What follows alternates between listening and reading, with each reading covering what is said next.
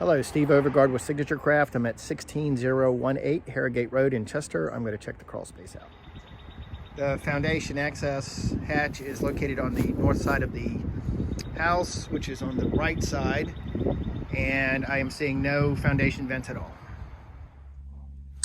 I just measured the structure underneath, and the joists are 2x8 and they are 2 feet on center, and they are running back to the front. And then there's a center beam. Looks like there's a center beam about halfway through. I just came in the crawl door, and I'm going to go around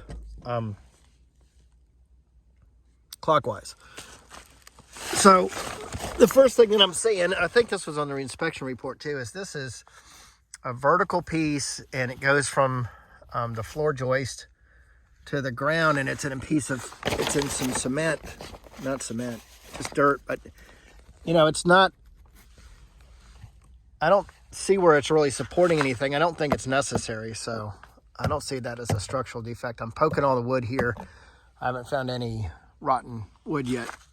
And I did notice too that it's the foundation blocks have been drilled, so that tells me that it's had a termite treatment at some point in time, which is good. As you enter the crawl door, this is a repair that's like almost right in front of you, and I think that there's obviously a plumbing fixture right above it. It's probably a toilet or a shower, something like that. It's got a big 3-inch drain line, but the drain line comes down through, right smack through the middle of the original joist.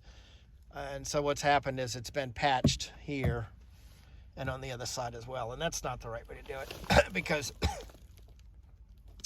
a joist does not really have anywhere near the strength that it originally had with these janky repairs here. So the proper way to do that would be to go all the way down to that foundation wall and then all the way up to the center beam on either side of this plumbing thing and put a joist on either side. So that would be 2 2x8 joist alongside of what you've already got here, and then that would make it sufficiently structurally okay. And I'm at the center beam now, again working my way around clockwise, and the center beam is a triple 2x6, and it's stacked up here on masonry piers, which appear to be solid, and they are spaced throughout the crawl space going that way towards the south side. Just making a note, as you work your way towards the front of the house, you do have more headroom here, which is nice. That's the second pier that I see. This is brick and mortar between. It's not the prettiest pier I've ever seen in the world, but it is solid. I've poked around and I can't find any weak spots. And also note that in all likelihood, due to the age of the house, this is probably heart pine, which is very, very, very hard. Here's a section. I'm up near the front, almost in the center where the insulation is missing, but it just gives you an idea of the structure of this house. Heart pine, probably heart pine here too, and I mean just as solid as can be. They built houses differently back then. The code was a lot different than it is today, but this is a solid structure. Like for example, these joists are 2 feet on center today. They're 16 on center, so that's different, but doesn't mean that there's a defect here in the structure. Okay, and so now I'm in the front center of the house, and you can see this double joist thing. It's got a joist, a spacer, and a joist. The way the house was originally built, they did that back then. You can see I haven't found one bit of rot at all. Okay, and I'm moving around clockwise again, and there's some discoloration here. I don't know what it is. I poked my screwdriver in it. I can't find anything. Oh, there's a little bit of softness right there. Right there. So that's the only spot I've found so far. This is just a little bit left of center in the front. Okay, that's just continuing on with the band board on the front. I'll just keep on poking until it doesn't poke anymore.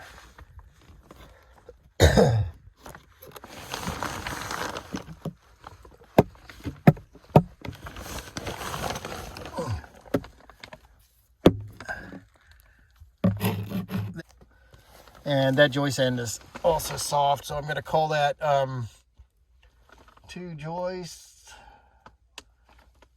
ends.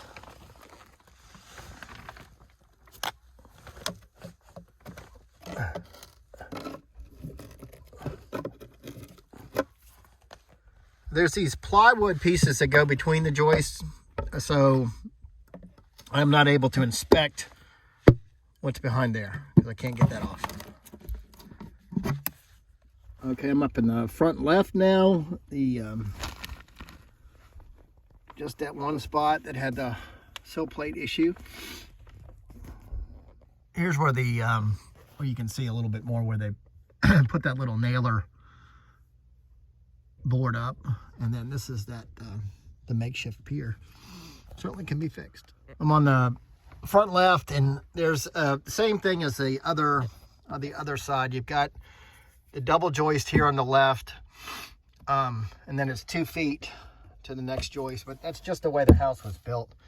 And they've got a support structure kind of halfway through, or not even halfway through, but it's just bricks stacked up on each other. Presumably it is just rusting on the ground. So, you know, in order to to do anything with that at all, we'd have to hand dig a footing in the limited crawl space that we have, and then pour a concrete pad and then put a little jack post there. And then I'm also noticing some support blocks here, which, you know, maybe the floor doesn't go all the way enough. It gives it something to nail the floor to. I'm not sure what's going on there, but it goes all the way down. I think the better way to handle that would be to put a 2x6 along that whole length and bolt it in. And you got an electrical line here, conduit, you have to be careful of that.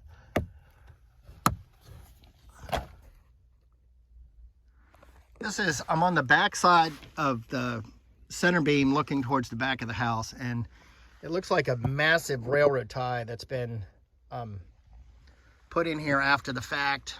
We call those quarter beams.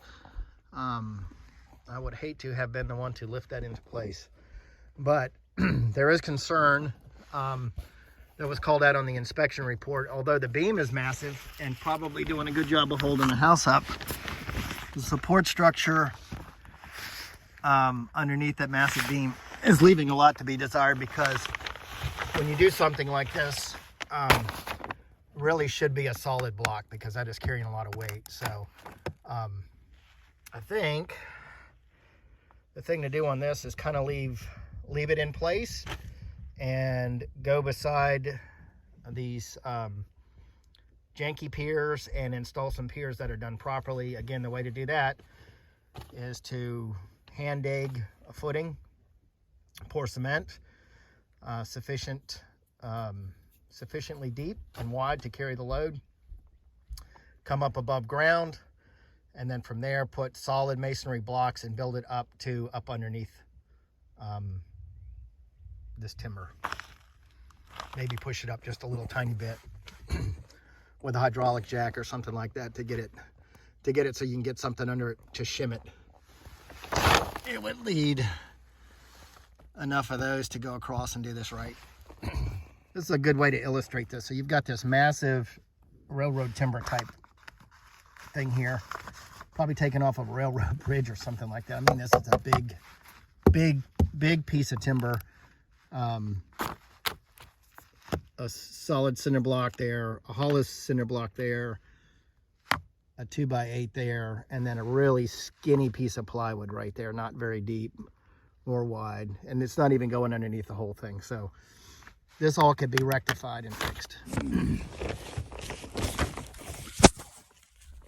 I think there's some concern in the inspection report that this this repair area here was not done exactly right. I can see where they might say that. It doesn't seem like this piece of wood should be supporting all this weight. So I think there's a better way to do this.